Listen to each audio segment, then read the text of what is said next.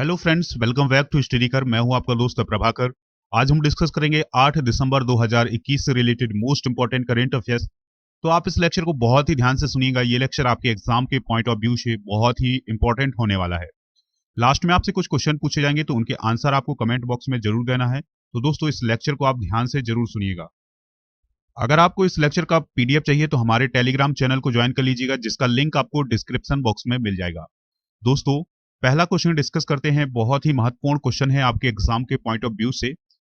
भारत के किस राज्य ने सबसे पहले कोरोना वायरस के टीके की दूसरी खुराक सहित 100% टीकाकरण का लक्ष्य हासिल कर लिया है?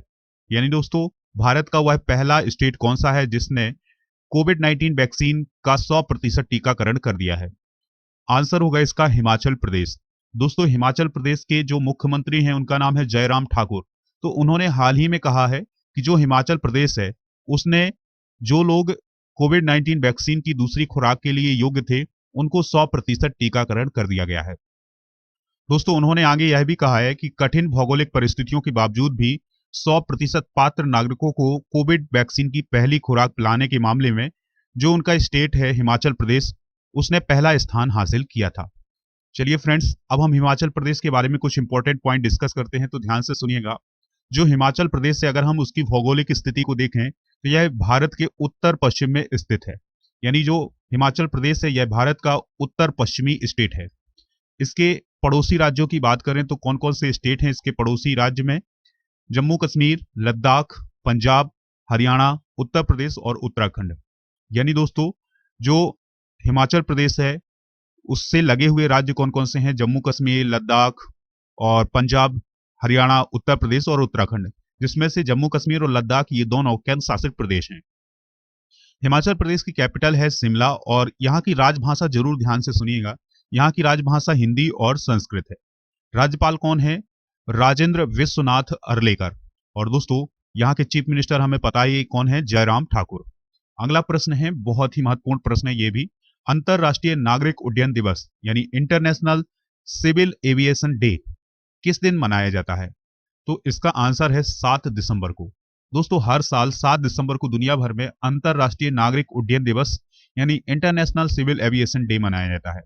यह दिन दुनिया भर में हवाई यात्रा में अंतरराष्ट्रीय नागरिक उड्डयन संगठन की भूमिका और उसके महत्व के बारे में जागरूक करने के लिए मनाया जाता है। दोस्तों, इसे ऑफिशियली रूप से पहली बार साल 1996 में मनाया गया था, जब यूनाइटेड नेशन ने अंतरराष्ट्रीय नागरिक उड्डयन को ऑफिशियल तौर पर मान्यता प्रदान की थी। बात करते हैं कि भारत के नागरिक उड्डयन मंत्री कौन है, तो ध्यान से सुनिएगा उनका नाम है ज्योतिरादित्य सिंधिया। दोस्तों, कुछ कैबिनेट मिनिस्टरों की बात करें, यहां से क्वेश्चन आपके एग्जाम में पूछे जा सकते हैं। तो कुछ कैबिनेट मिनिस्टर हम डिस्कस कर लेते हैं जो कि इंपॉर्टेंट कैबिनेट मिनिस्टर हैं, जो कि बार बार पूछे जाते हैं। अमित शाह की बात करें तो यह भारत के गृह मंत्री और इसके अलावा सहकारिता मंत्री भी हैं। राजनाथ सिंह के पास है रक्षा मंत्रालय। सदानंद गौड़ा ये हैं रसायन और उर्वरक मंत्री। नितिन जयराम गडकरी ये सड़क परिवहन और राजमार्ग मंत्री हैं। निर्मला सीतारमण ये वित्त मंत्री हैं। नरेंद्र सिंह तोमर कृषि और किसान कल्याण मंत्री हैं। एस जयशंकर की बात करें तो ये विदेश मंत्री हैं। स्मृति ईरानी महिला एवं बाल विकास मंत्री हैं। इसके अलावा प्रहलाद जोशी संसदीय कार्य मंत्री हैं। इसके अलावा उनके पास कोयला मंत्रालय भी है। अगला क्वेश्चन है, उत्तर प्रदेश के अमेठी में AK-203 असॉल्ट राइफल को लेकर भारत और किस देश के बीच समझौता हुआ है? बहुत ही महत्वपूर्ण क्वेश्चन है दोस्तों। अब भारत के अमेठी में यानी उत्तर प्रदेश का जो अमेठी है वहां पर AK-203 असॉल्ट राइफल का निर्माण किया जाएगा और इसके लिए भारत और रूस के बीच समझौता हुआ है। तो इसका आंसर हो जाएगा रूस। दोस्तों, भारत और रूस के बीच हाल ही में उत्तर प्रदेश के अमेठी में AK-203 असॉल्ट राइफल को लेकर एक समझौता हुआ है, जिसके तहत 5 लाख AK-203 राइफल्स का निर्माण मेक इन इंडिया के तहत उत्तर प्रदेश के अमेठी में किया जाएगा। दोस्तों, इस समझौते पर रक्षा मंत्री राजनाथ सिंह और रूस के उनके समकक्ष हैं सर्गेई शोइगु, तो उन्होंने इस पर हस्ताक्षर किए हैं।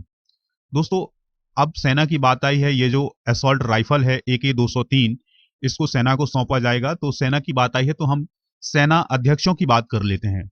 दोस्तों, चीफ ऑफ डिफेंस स्टाफ कौन है अभी वर्तमान में? तो उनका नाम है जनरल बिपिन रावत। क्या नाम है दोस्तों? जनरल बिपिन रावत। भारत के थल सेना अध्यक्ष कौन है? जनरल मनोज मुकुंद नरवाने। दोस्तों वायुसेना प्रमुख कौन है? एयर प्रमुख मार्शल हैं BR चौधरी, यानी विवेक राम चौधरी।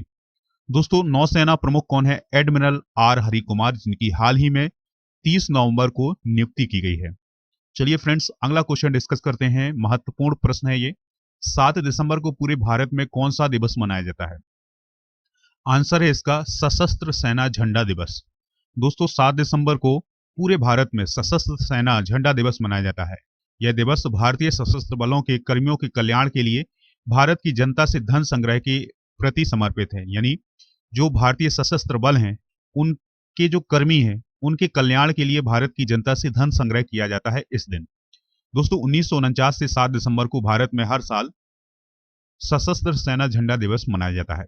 दोस्तों सेना से रिलेटेड कुछ और दिवस डिस्कस करते हैं, तो ध्यान से सुनिएगा। सेना दिवस 15 जनवरी को मनाया जाता है। पुलिस स्मृति दिवस मनाया जाता है 31 अक्टूबर को।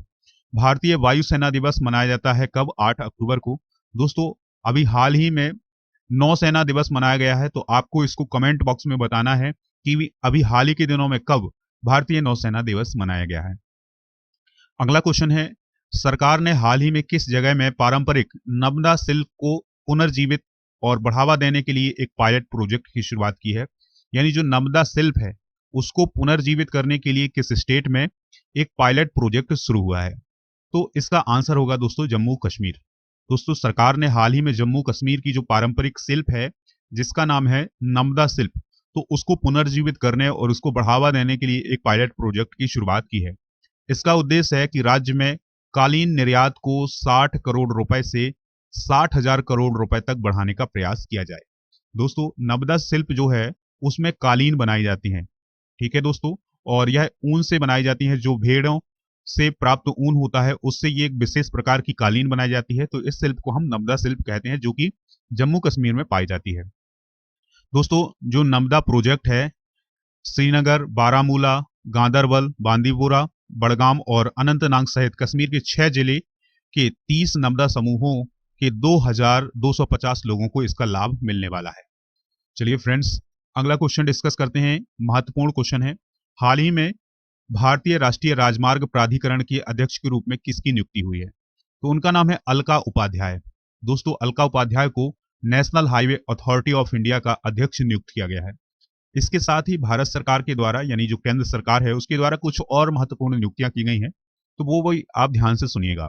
बंदरगाह जहाज रानी जलमार्ग मंत्रालय के अतिरिक्त सचिव कौन बनाए गए हैं? संजय बंदोपाध्याय।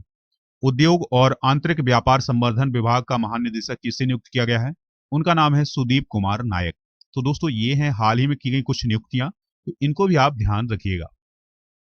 अगला प्रश्न है, भारत में कोविड-19 के वेरिएंट जिसका नाम है ओमिक्रॉन का पहला मामला किस स्टेट में पाया गया था? तो इसका आंसर है कर्नाटक। दोस्तों जो हेल्थ मिनिस्ट्री है उसके अनुसार भारत में कोरोना का पहला मामला पाया गया है कर्नाटक स्टेट में। हालांकि अभी हम बात करें ओमिक्रॉन वेरिएंट की, तो यह अभी तक भारत में ऐसा वेरिएंट है जिसने अभी किसी भी प्रकार की मौत की पुष्टि नहीं हुई है। यानी ओमिक्रॉन वेरिएंट से किसी भी प्रकार की मौत की पुष्टि अभी नहीं की गई है। हालांकि यह जो है ये तेजी से फैल रहा है, यानी कि जो ओमिक्रॉन वेरिएंट है ये अन्य देशों में तेजी से फैल रहा है। भारत में भी इसके कुछ मामले पाए गए हैं। ओमिक्रॉन की इन्फेक्शन फैलने की जो क्षमता है वो दुनिया भर में लाखों लोगों की मौत की वजह बने डेल्टा से कहीं अधिक है। यानी दोस्तों यह जो ओमिक्रॉन वेरिएंट है इसकी जो फैलने की जो क्षमता है वो डेल्टा वेरिएंट से कहीं अधिक है। 26 नवंबर को डब्ल्यूएचओ ने इसे वेरिएंट ऑफ कंसर्न घोषित किया था। यानी जो डब्ल्यूएचओ है उसने जो ओमिक्रॉन वेरिएंट है इसको वेरिएंट ऑफ कंसर्न, यानी कि इसे खतरे वाला या चिंता का विषय वाला वेरिएंट बताया था। अगला क्वेश्चन है, इंपॉर्टेंट क्वेश्चन है, संसद की लोक लेखा समिति यानी पब्लिक अकाउंट कमेटी, जिसे हम पीएसी के नाम से जानते हैं, ने हाल ही में अपनी स्थापना के कितने साल पूरे कर लिए हैं? आंसर होगा इसका 100 साल। दोस्तों अब हम लोक लेखा समिति के बारे में कुछ बातें डिस्कस करते हैं, जिसे हम पब्लिक अकाउंट कमेटी कहते हैं। तो इस समिति को साल 1921 में भारत सरकार अधिनियम 1919 के माध्यम से गठित किया था, जिसे मॉन्टेग्यू सुधार के नाम से भी जाना जाता था। दोस्तों समिति के अध्यक्ष की नियुक्ति जो लोकसभा के अध्यक्ष होते हैं उनके द्वारा की जाती है, और पीएसी भारतीय संसद के कुछ चुने हुए सदस्यों वाली समिति होती है जो भारत सरकार के खर्चों की लेखा परीक्षा यानी ऑडिटिंग करने का काम करती है। यह समिति संसद के द्वारा बनाई जाती है। इस समिति में 22 सदस्य होते हैं, जिसमें से 15 सदस्य लोकसभा से होते हैं और 7 सदस्य राज्यसभा से होते हैं, और 1 वर्ष के लिए इनका निर्वाचन किया जाता है। यानी दोस्तों, इसके जो सदस्य होते हैं उनका निर्वाचन 1 साल के लिए ही किया जाता है। यह समिति भारत के नियंत्रक महालेखा परीक्षक के द्वारा दिए गए लेखा परीक्षण संबंधी प्रतिवेदनों की जांच करता है। तो दोस्तों, ये थे आज के कुछ इंपॉर्टेंट करंट अफेयर्स। अब हम पिछले करंट अफेयर्स का भी रिवीजन कर लेते हैं, तो ध्यान से सुनिएगा। पहला क्वेश्चन है, महापरिनिर्वाण दिवस किस दिन मनाया जाता है? आंसर इसका 6 दिसंबर को। विश्व मृदा दिवस किस दिन मनाया जाता है? 5 दिसंबर को। अनुराग ठाकुर और योगी आदित्यनाथ ने किस शहर में दूरदर्शन केंद्र के अर्थ स्टेशन का उद्घाटन किया है? आंसर होगा इसका गोरखपुर। श्रेष्ठ योजना किस केंद्रीय मंत्रालय के द्वारा शुरू की जाएगी? तो दोस्तों, इसका आंसर है सामाजिक न्याय और अधिकारिता मंत्रालय के द्वारा। उत्तर प्रदेश के किस शहर में हाल ही में अमित शाह ने मां सांकोभरी विश्वविद्यालय का शिलान्यास किया है? तो आंसर होगा इसका सहारनपुर। लास्ट क्वेश्चन है, विनोद दुआ का निधन हो गया है, वह कौन थे? तो वह थे एक पत्रकार। दोस्तों, अब हम जीके से रिलेटेड कुछ इंपॉर्टेंट क्वेश्चन भी डिस्कस करते हैं रोज की तरह, तो ध्यान से सुनिएगा। ध्वनि की जो तीव्रता है उसको किस में मापा जाता है, यानी उसको मापने की यूनिट क्या है? तो डेसिबल है। मधुमक्खी पालन को क्या कहते हैं? तो मधुमक्खी पालन को हम एपीकल्चर के नाम से जानते हैं। किसी वेबसाइट के प्रथम पृष्ठ को क्या कहा जाता है? यानी जब हम किसी वेबसाइट को खोलते हैं तो उसका जो पहला पेज होता है वह क्या कहलाता है? तो उसको हम होम पेज कहते हैं। गाड़ियों के में पीछे का दृश्य देखने के लिए किस दर्पण का उपयोग किया जाता है? तो उत्तल दर्पण का उपयोग किया जाता है। सामान्य परिस्थितियों में हवा में ध्वनि की गति कितनी होती है? 332 मीटर प्रति सेकंड होती है। वह एकमात्र ग्रह कौन सा है जो अपनी धुरी पर पूर्व से पश्चिम की ओर घूमता है? तो उस ग्रह का नाम है शुक्र। दोस्तों, सूर्य में सर्वाधिक गैस कौन सी होती है? तो हाइड्रोजन होती है। पृथ्वी से दिखाई देने वाला सबसे चमकीला ग्रह कौन सा है? शुक्र है। सौरमंडल की आयु कितनी बताई गई है? तो 4.6 अरब वर्ष इसकी आयु बताई गई है। दोस्तों, अब हम वो क्वेश्चन डिस्कस करते हैं जिनके आंसर आपको कमेंट बॉक्स में देना है। तो पहला क्वेश्चन है, हिमाचल प्रदेश की चीफ मिनिस्टर कौन है? हमने डिस्कस किया है, ये आंसर आप कमेंट बॉक्स में जरूर दीजिएगा। दूसरा क्वेश्चन है, वर्तमान में रसायन और उर्वरक मंत्री कौन है? इसको भी हमने डिस्कस किया है। वर्तमान में चीफ ऑफ डिफेंस स्टाफ यानी सीडीएस कौन है? तो इसका आंसर आपको कमेंट बॉक्स में देना है। और चौथा क्वेश्चन है, पुलिस स्मृति दिवस कब मनाया जाता है? तो इन सभी प्रश्नों के जवाब आप कमेंट बॉक्स में जरूर दीजिएगा। दोस्तों, अब हम वो नाम भी डिस्कस करते हैं जिन्होंने कल के आंसर बहुत ही सटीक दिए हैं। पहला नाम है रूपाली ठाकुर, दूसरा नाम है विष्णु सोलंकी, तीसरा नाम है दिव्या यादव और चौथा नाम है दोस्तों नीरज ओसवाल। तो इन सभी ने कल के आंसर बहुत ही सटीक दिए हैं। आप भी आंसर दीजिएगा, हमें इंतजार रहेगा आपके आंसर का।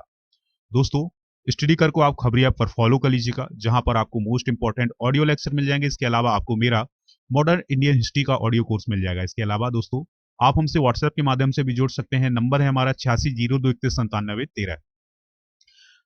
सबसे इंपॉर्टेंट बात है कि आप राजा गुप्ता को अनअकैडमी पर फॉलो कर सकते हैं। वहां पर आपको उनकी स्पेशल क्लासेस मिल जाएंगी, लाइव क्लासेस मिल जाएंगी। और अगर आप कोई भी कोर्स परचेज करते हैं जो कि दिसंबर माह में लॉन्च किए गए हैं, तो उसके लिए आपको एक रेफरल कोड यूज करना होगा और वो रेफरल कोड है राजा नंबर 1। दोस्तों, अगर आप अनअकैडमी पर फ्री क्लास भी ज्वाइन करना चाहते हैं तो उसके लिए भी आपको एक रेफरल कोड यूज करना होगा राजा नंबर 1। जैसे ही आप ये रेफरल कोड यूज करेंगे तो आपको उस कोर्स में छूट मिल जाएगी और आप फ्री क्लास भी ज्वाइन कर सकेंगे। चलिए फ्रेंड्स, अगर आपको ये लेक्चर पसंद आया है तो लाइक और शेयर जरूर करिएगा दोस्तों को, जिससे स्टडी कर को सपोर्ट मिल सके। मिलते हैं नेक्स्ट लेक्चर में। जय हिंद, वंदे मातरम।